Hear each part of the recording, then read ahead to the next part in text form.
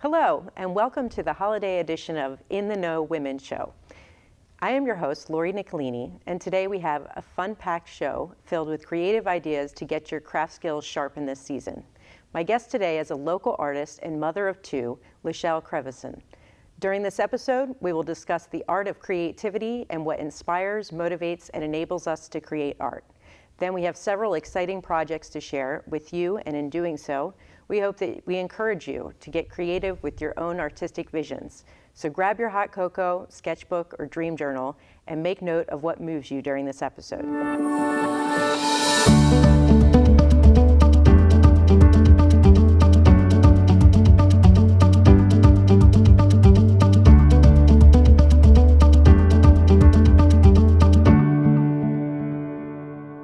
Welcome to the show, Lichelle. Thank you so much for coming in. Thanks for having me. So let's get started with some questions on getting to know you a little better. And let's go ahead with what you've been up to. A lot. See, so there's me and my husband and two kids, and then in the last year and a half we got a house and property and a dog. So busy. The full package. Yes, yes, it is very busy and wonderful, and we've been very blessed, and work is going really well. And where do you work? I work at Quality Admin Services, which does the managerial and admin stuff for several different local companies, and pretty much enabling their success. Like, they're startups and they're new, but they're not quite able to have their own full-time admin staff yet. So I fill in the gap there, and I do the admin services while they keep being the experts in their field.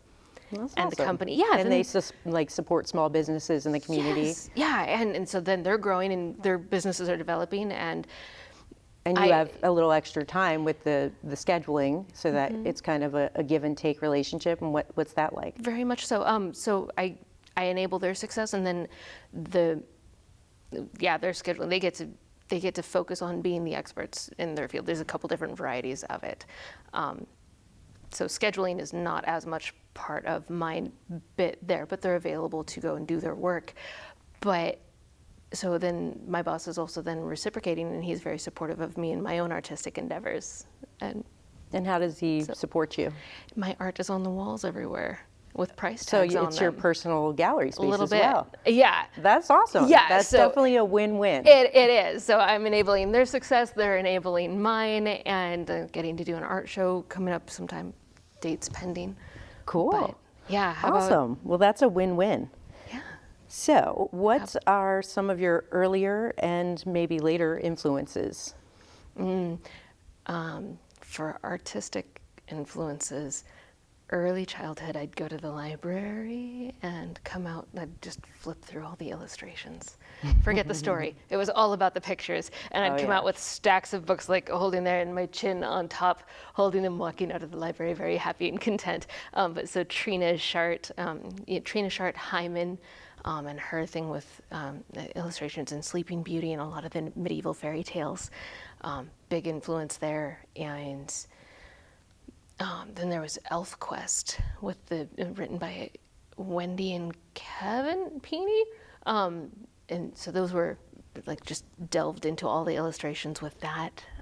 So they really inspired you to... Oh, the colors, the line work, the shading, the story, like it was the visual storytelling. Yeah, it was just beautiful. Yes. The way they compiled everything into one page. Yeah. And then sometimes also how they incorporated the text with the images as well, because the text makes the pictures and you write. Mm-hmm. Yes, and, yeah, so incorporating the story in with the words, and sometimes the words are embellishing the text itself and drawing attention to it or framing it, and other ways around. And it was always fascinating how the visual dynamics of image and text worked well together. Mm-hmm. Yeah, I was a huge fan of Winnie the Pooh and the Velveteen Rabbit and Dr. Seuss, always. Yes. Like anything rhyming, I was like always on it. And I, like you, love the illustrations. I love flipping through pages and seeing things and, you know, reading them as well, but just like the visual, like, you know, has always been like dominant for me in seeing things. And, you know, I feel like I'm a very visual learner as well, and that kind of sense. But let's see what you think about how does one cultivate creativity? I think a lot of it comes down to not stifling it.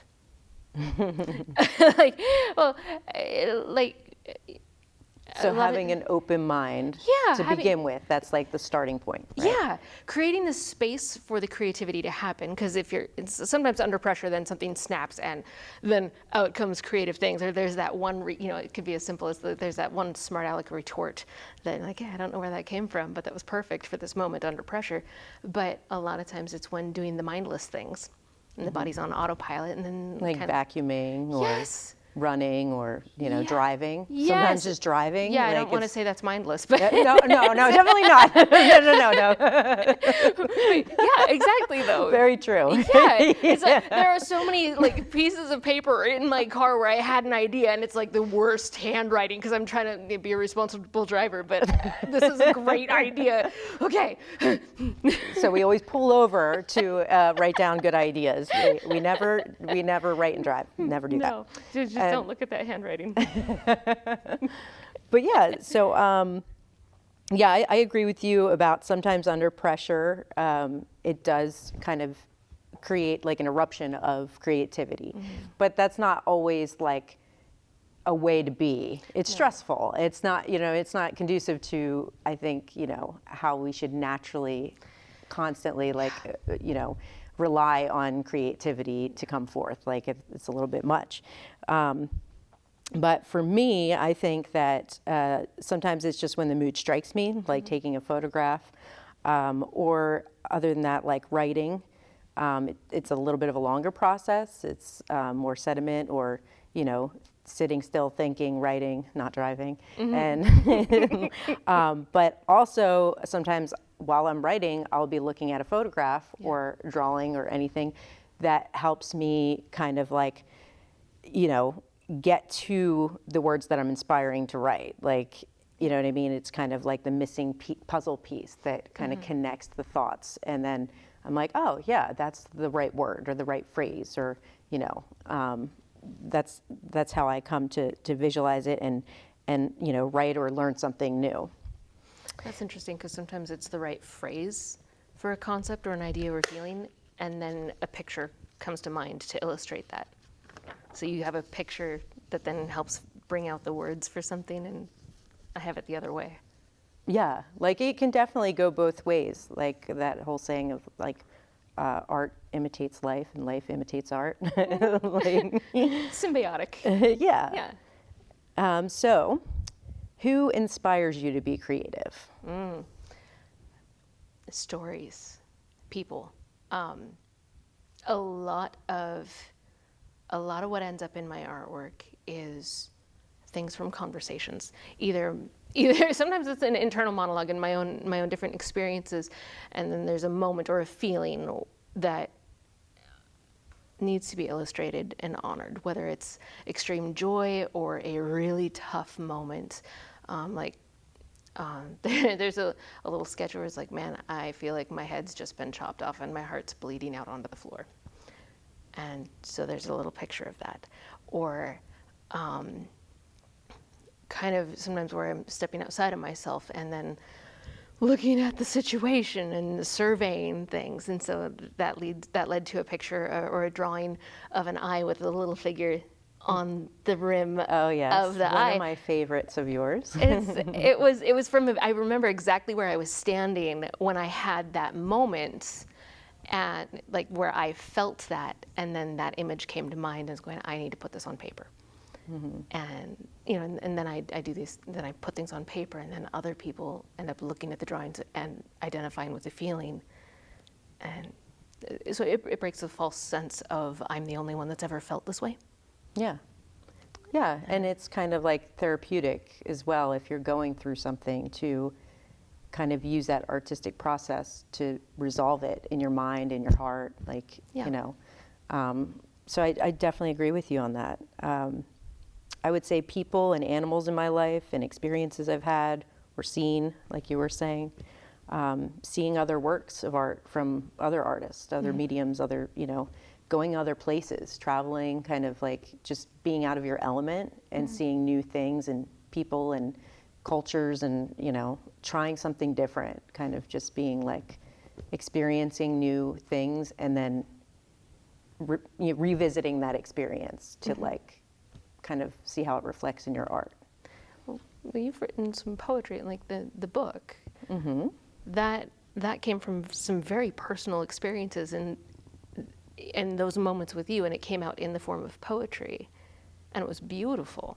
Is that how like those things? Yeah, like because when I started off writing it, it was something I thought about like now, like 14 years ago, right? Like my son's like older now, but at the time I was like so underwater with my duties as a mother that I, couldn't allocate the energy to do it. But it was a seed planted in my mind, and then later, came to be a project, and you came to collaborate with. So we'll, talk a little bit more about that later. But I just have a few more questions first. And what was there any other things that inspire you? Like for me, I'd say like being in nature or in urban environments. They always kind of pique my interest. Walking my dog near water or just being near water. Working on my body in a physical sense, like working out or meditating. They can also trigger thoughts for me that will encourage myself to like invest time and energy into a project or kind of get back to it to try and finish it, to get a sense of completion. Like what are some of those things, like you were like maybe mindless things or not so mindless things that kind of take you to those inspiring moments? I guess there's two different things of inspiration. There's the inspiration to master a technique, because like if I being out in nature and sunsets and the clouds and the trees, the way the light hits these trees at this particular time, it's magical, or the grass is glowing in this light. And those nuances that are just absolutely amazing. Or seeing an amazing person, or the lighting hits them just right, or they are wearing the perfect outfit for them. There is a look about them, an attitude that, or just capturing that moment. Yes, whether it's extreme joy or mischief or deep pain. And to be able, like, how do I capture that in a technical sense? The colors glow here, but also how to capture that twinkle in the eye or that deep pain, and so the technical thing of how do I honor that? And if it's a person, how do I say, I see you in this moment, and it's important, and it's worth literally drawing attention to. So those are things that add challenges for mastering the technique, as well as the impetus to pick up the dumb pencil and do the dumb thing, and to put it out there. Some of the more emotional pieces, some of the impetus to, if I get busy and things get put on the back burner, things that inspire me to, I need to illustrate this, is then talking with other people and hearing their story and knowing that this piece of art applies to their situation right now. There needs to be this made for them. And so those are the inspiration to do the technique, and then the inspiration to actually make it real. So how do you want your creative endeavors to impact the community? As an instrument of peace and healing. There was, and it keeps taking me back to a song, so inspiration's music. I was in choir in high school, and there was this theme song for this choir that I was in, and it was the prayer of St. Francis of Assisi, and it was, Lord, make me an instrument of your peace. And where there's hatred, let me sow love. Where there's injury, pardon. And it just goes on with, there's all these things where people are hurting and suffering, and so let me bring an element of peace and happiness and joy to this. And that's what I want my art to do, whether it's, and this is one that I want to draw so bad for somebody and just give it to them, but like, they were sharing their story online of some very horrible trauma that they'd been through. And the look on their face as they were sharing that, like, I want to draw that and say, no, I see you. And to acknowledge the pain and the joy, to bring that acknowledgement to the human experience facilitates healing. And everybody's hurting with something.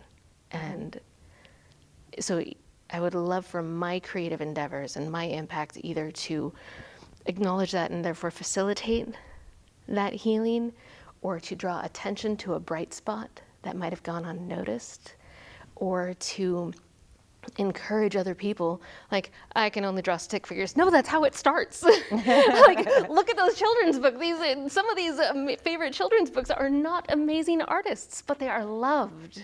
Mm-hmm. And they have, Dr. Seuss, was that amazing, fine, high caliber artwork? No, but it was amazing. Yeah. So for my creative endeavors, to encourage people in whatever their gifts are, whatever their creativity, whatever, writing, drawing, cooking, teaching, whatever. No, be your form of awesome. I love that. Be your form of awesome. That's what I want. And if my art helps enable that, then there's that. But so you and your writing, though, is also, how about you? Yeah, I would say I want to encourage others to tell stories, to share in their experiences. Like, I want to share with them, and I want to see them share in their experience of creation, mm-hmm. whatever that project or, technique may mm-hmm. be. I feel like I want. I feel like others have thoughts of doing things just like we all do, good intentions, or, yes. I always want to try that, or that would be really interesting, or I wish I knew about this. And I would like to enable those people, to give them that little bit of guidance to take the step towards doing it. And I would like to kind of guide them and then see what comes of that and what they're able to create mm-hmm. and able to surprise themselves with, because that's the best. It's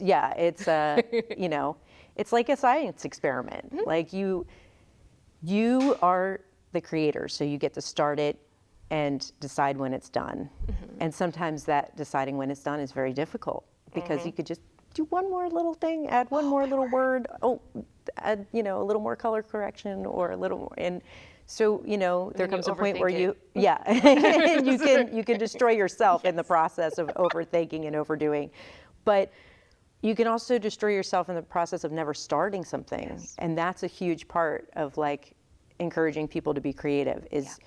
It's okay to fail. It's okay for it to look ugly. It's okay for it to be ridiculous. Uh-huh.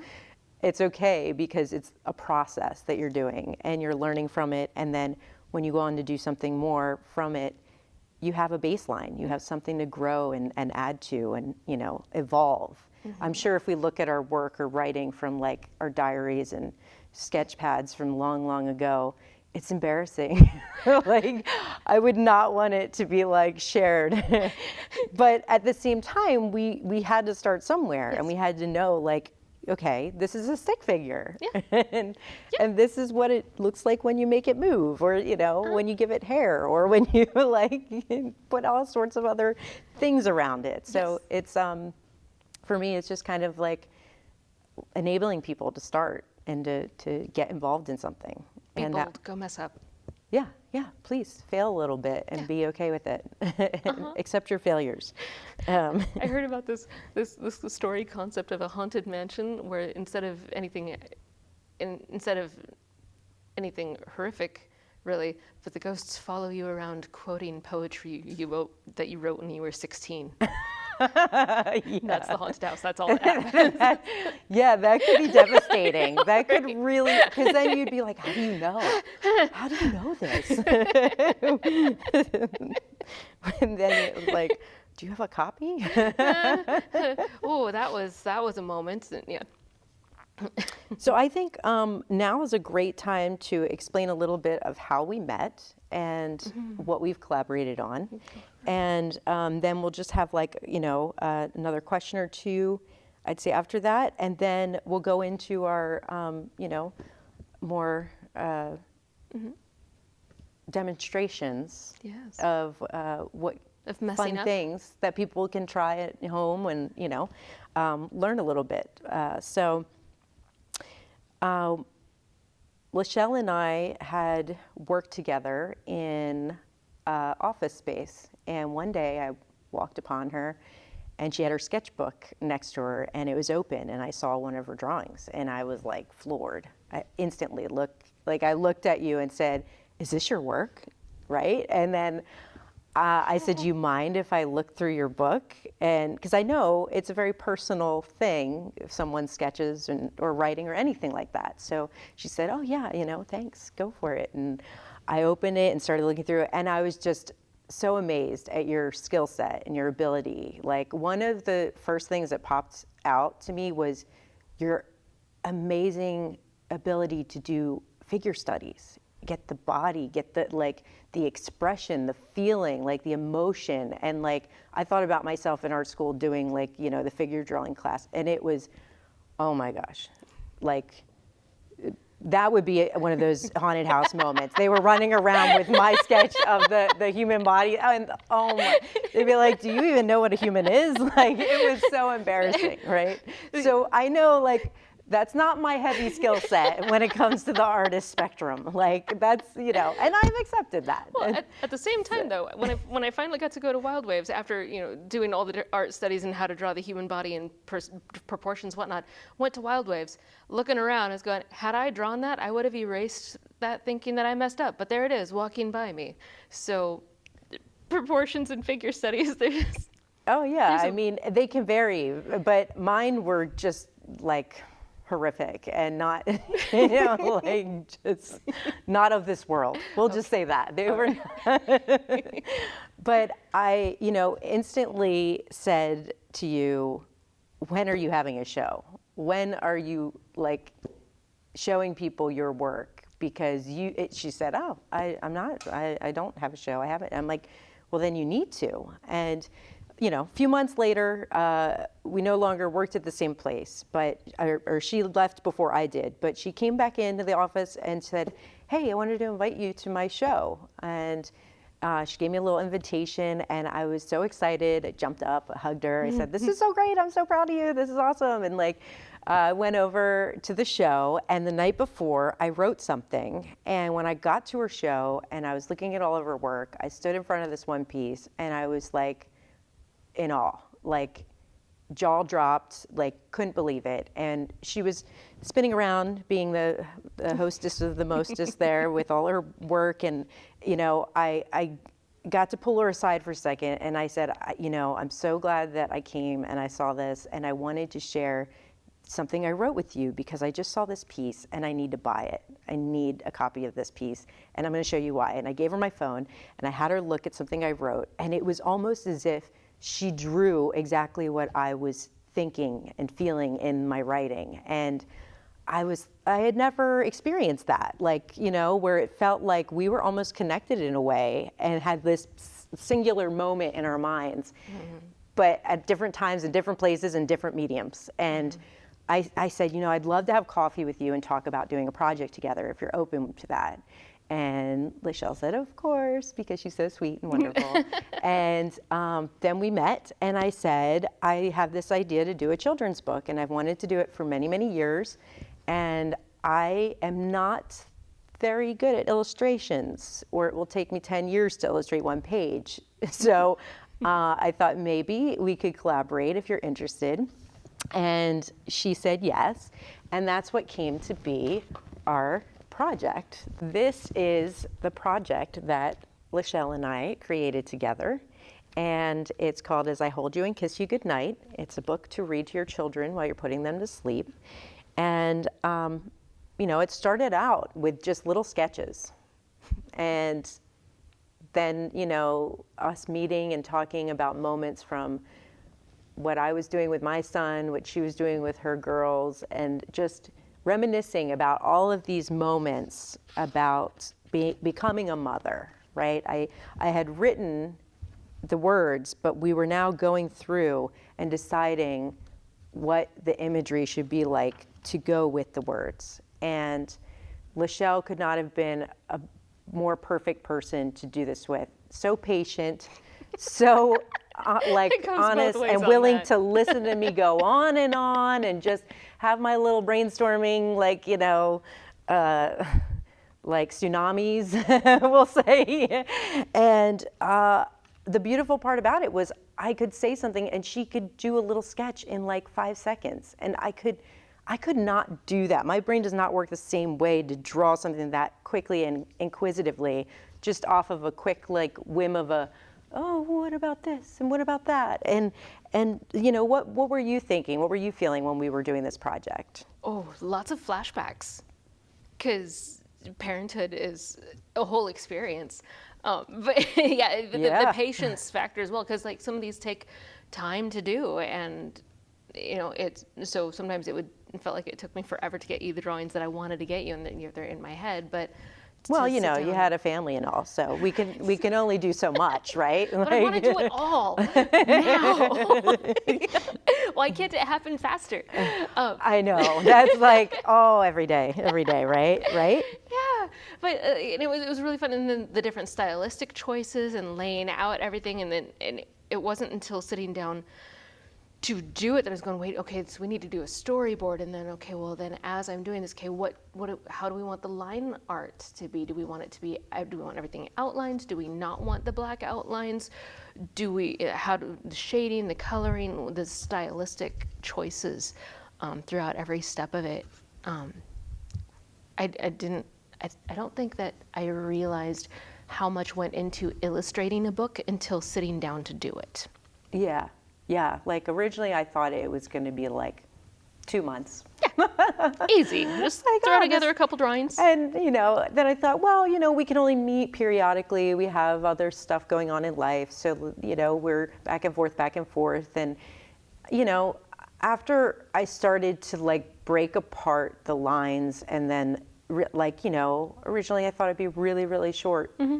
But then it was like, no, it wouldn't do it justice to be that short. And once I saw your illustrations and how great you were at finding the gravity of like what I was, saying in these words and in these moments and these feelings like that you have as a new mother. It was just like, too extraordinary to limit it in some way. So I feel like I'm very pleased. I'm very satisfied. I think, you know what I mean? Even though it took us longer than we thought, it was worth the wait. I feel like it's, you know what I mean? Mm-hmm. It's exactly how it should have been. And that to me is just wonderful. We went through a great process together, and I hope to do many more and, continue our relationship of creativity. And I want to ask a couple more questions, then we're going to go over some other ideas and things that we can, discuss on how to do at home for people to be creative in their own way. Mm-hmm. But let's see. Do you have any creative intentions for the new year? Well, you properly shoved me into doing another art show. Yes. Yes. You have a gift. You have a gift. I will put these things off until forever because I overthink everything. And so there's a couple drawings that are going to be in this next art show that are 2 years in the making, because do a little bit here and then a little bit there, and then, I need to fix that up, and overthinking some things, and just life is busy. So now that you've properly shoved me to do another art show, I get to finish them up, and there's a not arbitrary deadline, so I have to actually do the things. And so thank you. Yes, of course, always. The other side of enabling is, the proper shove at just the right moment. So you have a gift. Thank you. Yes, I can be a pretty good motivator at times, and not on myself per se, but right. When it comes to being with other people, that energy comes just shooting right out of me sometimes. So, and I just know from seeing your work I know it has to be shared. It has to be seen. It has to be recognized. So I'm so glad you're going to have a show coming up in the first quarter of the year. And as soon as we get the dates verified, we can release that information as well. And we'll have your website to visit for some of that information and a preview of the work. Not necessarily maybe the stuff that's at the show coming up, but some previous work. And maybe a teaser. Yeah. Maybe. Some of the things are definitely... You'll have to go to the website to find out, right? Well, you know the ones with the figures in them, and like the one standing on the eye, and some of the, there's a continuation of that series, so there's some on the website there, but there's several more. So maybe we'll be nice, and we'll share that one at least. I'm excited. For sure. Maybe a couple of more with, this viewing, so that way people know what to expect in the coming months. Yeah. But so are you going to be doing more books, and we're going to do another book, but I mean, that's going to take us some time, so we won't declare how quickly that'll get out. But tomorrow. But now that we know what we're doing, now that we can get a grip on the process and all that, we're prepared, right? And we are going to do it. So that's a promise. But right now, I'm currently creating a bookmaking workshop. So I will have this available in the first quarter of the year, or when the dates are approved, because right now I'm still in the process of having that done. But this will be at the Senior Center downtown. So they have lots of programs and really cool classes and fun stuff that people can go and utilize and hang out and experience. And it's quite an amazing place. I had a tour like a few weeks ago, and there was a lot I learned about the facility that I didn't know, and a lot of, senior programs and like Meals on Wheels and things like that they do so much in the community, and they're so important. And I felt like it would be a great place to do something like that. And hopefully, within the coming weeks, I'll be able to have a solid date planned out for that as well. So we'll get that stuff updated. And I'd like to do some readings for the book in various locations, like, maybe libraries or Barnes & Noble, or, wherever these areas of readings take place. Yes. So they're not verified places and dates yet either, but that's on the, next page of 2023. Yeah. Wow. Right? That's weird to say. Yeah. But we're very close, very close. So I'll be sure to put the book readings on my website too, that way it's all publicized properly. Everybody should come and see and hear. So now I think it's a really great time to go through and show some examples of how people can be creative at home. And, it's going to be different. Like I'm going to go through some things, and then Lichelle's going to do some active drawing right in front of us and show her skills. So let me start with an idea that you can go and search online and find out where they're doing a sip and paint. Last year, I did this at a sip and paint, and it was maybe like 2 hours. You pay like a fee to go, and they have the whole package set up for you. So they have the paint, the brushes, the canvas. They even have a slight outline. So like this was not me like from free drawing and all that. It starts out with a template, and then you are watching, they have the one on display that the artist running the program has for you to look at and reference. And everybody, there was like, let's say like 20 people there. Everyone did the same painting, but none of them looked exactly the same, right? We all decide to do different things. Like I got a little crazy with the snowfall, right? So, and I was doing dots at first, and then I just started doing splats, and somebody was like, wait, what are you doing? And I'm like, it's snowing harder, and that's it. And then, because I knew I couldn't take it back. And they use acrylic, so it dries fast, and you're able to create something in an atmosphere with other people. It takes a couple hours, and you get to go home with this lovely piece, and you could give it as a gift to someone or keep it. So now this is part of my Christmas decorations at home.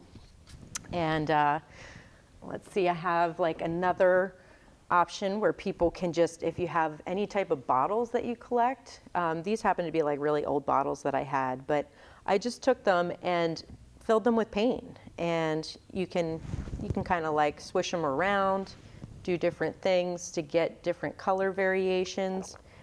You want to be mindful of how much paint you're putting in there, because it does get pretty messy, and if you're doing it with kids, you can kind of pour it everywhere and get, real fun with it. But yeah, so these are just different little options that people can do at home, especially with children during the rainy season right now for the holidays. This here is just a tile.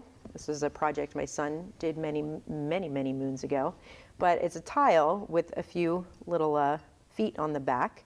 And it was just him doing a little handprint with his fingers and adding some snow and little faces and all that.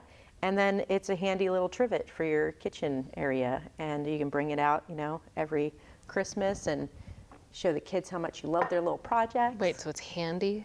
Yeah, it's very handy. Sorry.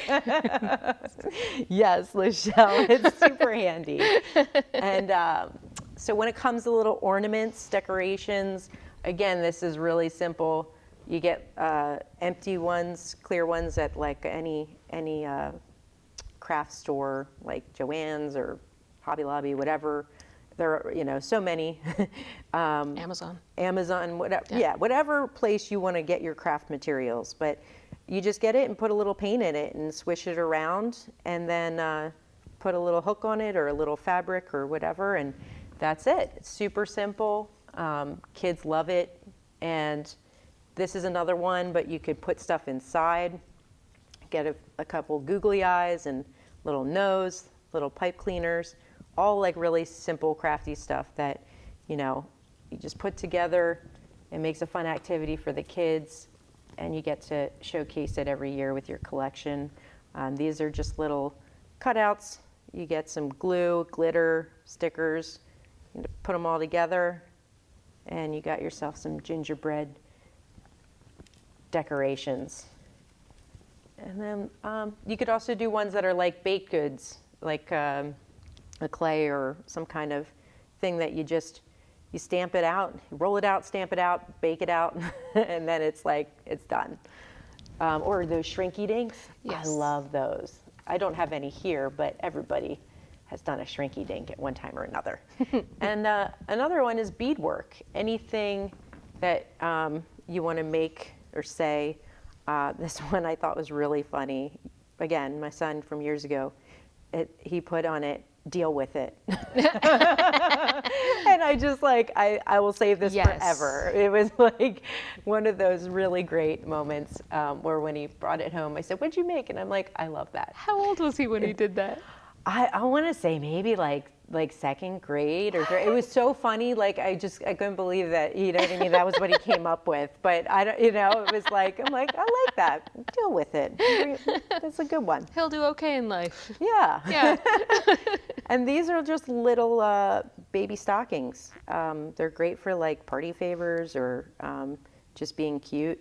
If you put little gifts in them, or if you have last minute gift ideas for teachers or for random people, you keep them in your car. If you randomly bump into somebody you haven't seen in a while, you have a couple candies in it or something, and happy holidays, whatever. But it's something super simple. You could even do names on them, or little, I don't know, fabric pens or gel pens or any kind of thing that you could use to put on there, or even put stickers and stuff. But that could be a fun thing to do with kids as well.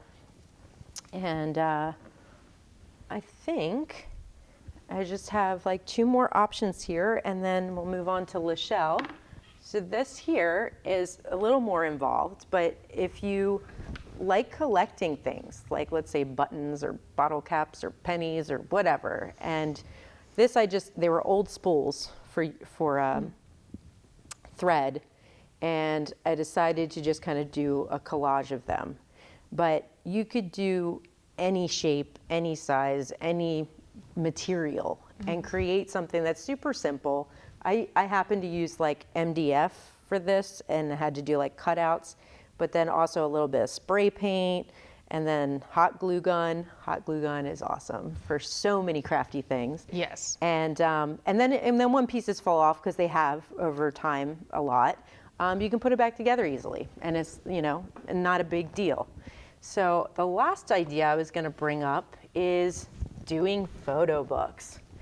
I happened to do this one like a long time ago, but you can pick out like any pictures you want of your family, friends, photo places you've been. I know everybody has a collection on their phone or on their computer that they're holding hostage and nobody's seen or experienced. They make great gift ideas. You can, you know what I mean, find several options online to do the printing, and they have templates, so you don't really like have to think too hard. You just plug in the pictures, and it's like, you know, you literally just put it in and, you know, pay and print. And a lot of them have like really great deals. So like you know, you don't have to put too much thought or investment financially into doing it. But if you have relatives that are farther away and don't get to experience a lot of those family moments, you can put all of them together. And, you know, they don't just do books, they do like printed stuff too. You know, you could do a blanket or a mug or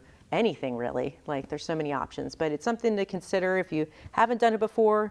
You could do it for your own home or as a gift, but it's definitely something very fun that I would recommend anyone to try doing. So, Lichelle, I'm gonna pass the floor to you now so that you can go ahead and start doing a demonstration and talking about what you would like to share. Well, first I have to say I love your color choices. Thank you. Some of these things when like with the painting, there's no wrong way. Like the same set of instructions, but everybody's painting looks different, and you know it's the same equipment, but everybody's going to choose different colors.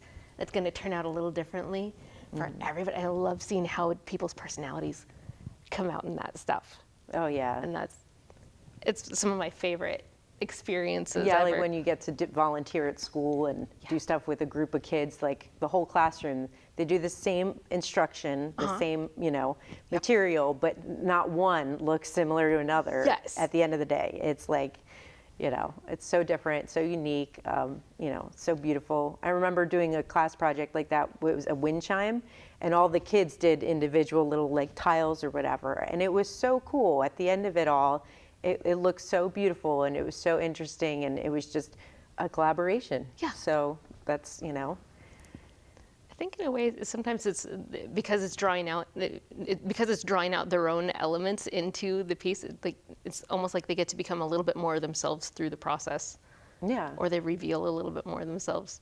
Yeah, and I think through collaborating we grow so much. We learn so much because it's not just our thoughts internally anymore. It's interaction with other people. It's hearing, it's listening, it's being heard, you know. Yes. It's a whole like, you know. Yeah. It's pretty awesome. Yeah.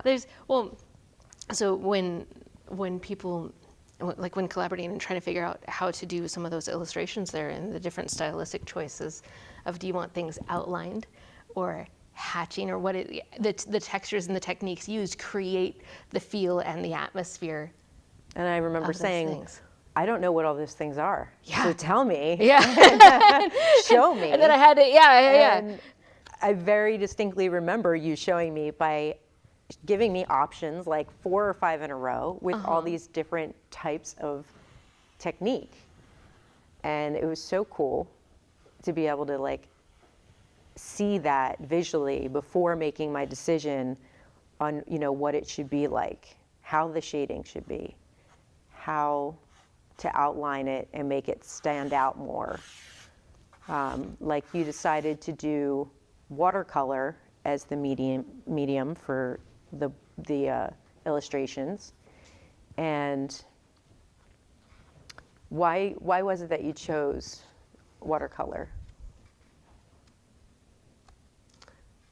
The way that it handled, I was able to do different layers and build the colors very nicely. I think also hindsight,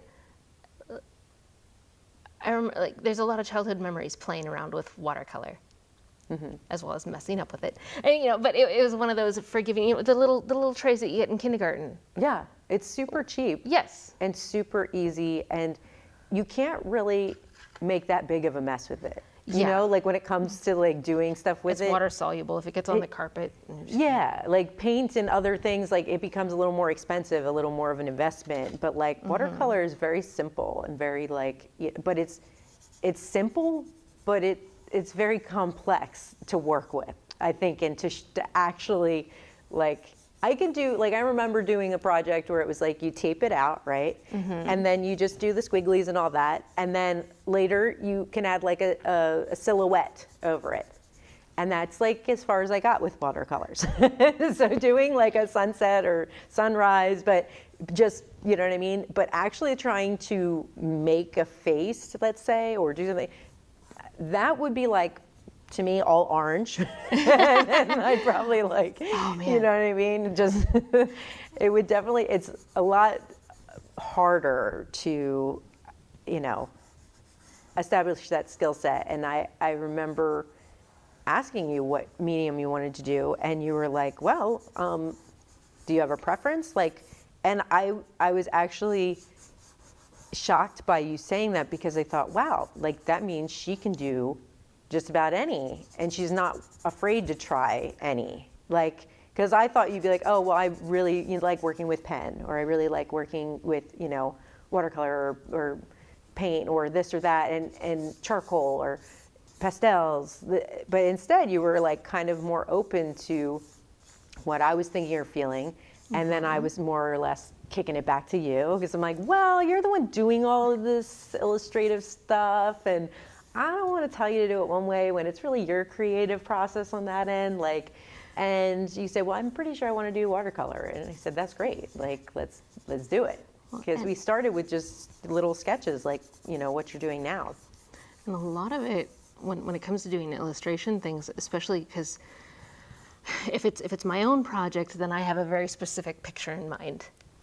Typically, every now and then there's been a couple where where I messed up, but then I rolled with it and then turned into something different. Then, okay, cool, I like that, and I'm gonna redo the one here. But like the creative process sometimes comes from messing up, and that's how I accidentally got a couple series. Yeah, it's like you can't be too rigid. You can't be holding yourself too hard to one idea or thought when you're being creative, right? Like it has to be a little flex. Yeah, you gotta ad-lib a little bit in there and roll with what was a mistake, and then make it intentional. If I start overthinking things, there's been a couple times when I was doing a drawing and I found myself erasing more than I was drawing. And I just hit this block. So then I decided, screw this, grabbed a pen and had to just roll. You can't erase a pen. So I forced myself to deal with whatever I put on the page and deal with it. Yeah. And, you know, exactly. Like, this is what it is. Good way to bring it back. You know, this is what it is. Sometimes you do have to deal with it. Yeah, and that unblocks the creativity too, because I was over criticizing everything that I was doing, so then I was stuck. Well, okay, if I'm gonna just deal with, you know, stages of grief, just skip all that and get to, you know, I just want to be okay. I'm trying to be at the end of the rainbow. Yeah, I'm going to totally make this work. No, denial. I'm going to, like, how do I make this, you know, how do you go through, get to the acceptance. This is what it is. Okay, now let's work with what we have. And so then it turned into some pretty cool stuff that way, and some of my favorites. But then that unlocked the creativity, and then I was able to draw again and get what I had in my head out on paper. But so, like, there's different ways of creating similar effects, or so when working with people on their illustrations and their ideas. So there's when it's my own head and my own ideas, very particular and whatnot. But like if it's a project for you, then the question is, what do you want, and what do you see in your head? And it's really exciting sometimes how asking those questions, because then it clarifies what the other person has in their head. And like I get to do this piece, and I enjoy letting the other person decide the medium as well, because that's the effect that happens on the page. Because then if I'm not as familiar with it, then it's also an opportunity for me to grow and go through some of the learning processes, learn a new technique, learn a new thing. I'm getting to do an iconography thing there's the Academy of Stage Heroes. So ash.academy online, and it's this community that's really amazing, and built, and it's inspired by the Yakima Valley of Society. I'm going to screw this up, but it's the YVSCE. Culture, Yakima Valley for Society and Cultural Education. Okay.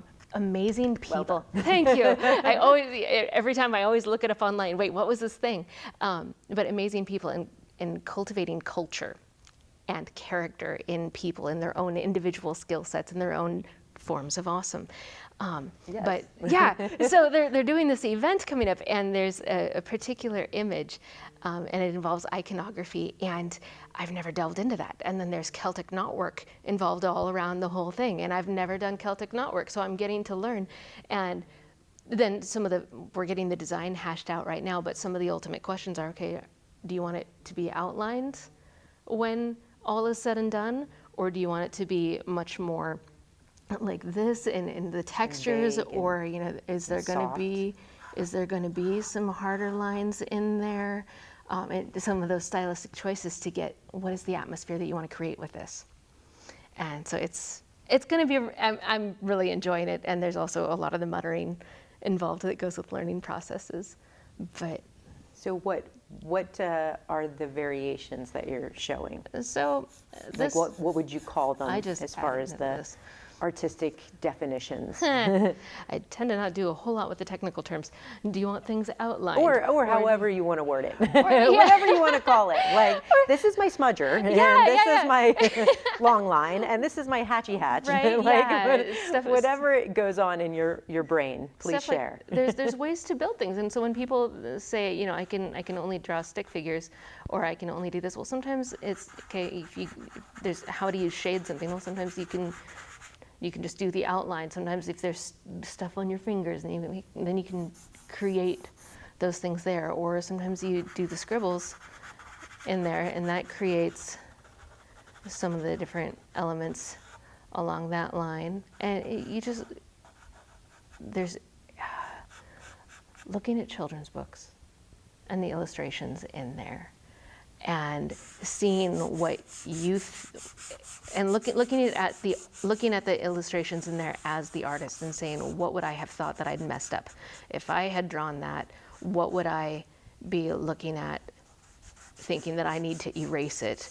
But here it is, published in a children's book, and I never noticed that before. And with a children's book, you'll read it like 55,000 times. Yeah. You get to notice all these little, details and things that the first time around it might, not be recognized. Mm-hmm. But then you see it again, and you see it again, and you know.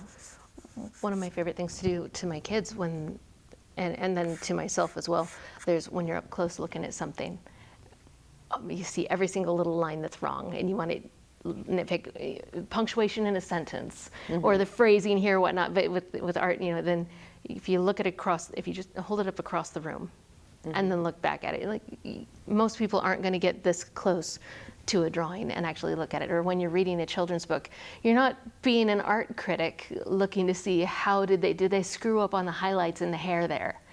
That's not what you're looking at. You're looking at for the atmosphere and the storytelling. So the point of view becomes a variance that is, between the beholder, mm-hmm. of the art. And when you're creating it, though, you are kind of close up, yes. like your arms are only so long to the paper, your eyes, the way you're looking and seeing. And so you are going to self-doubt or yes. self-incriminate your moves and your, thoughts. And was that a good line or not? And so I think that's a really good thing to consider doing.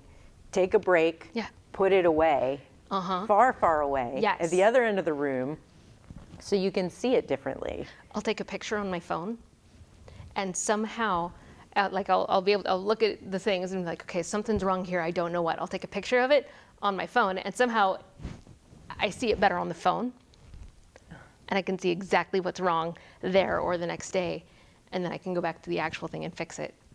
But with the kids, I'll take the picture and just stand across the room, and they go, oh, it doesn't look that bad. And Yeah.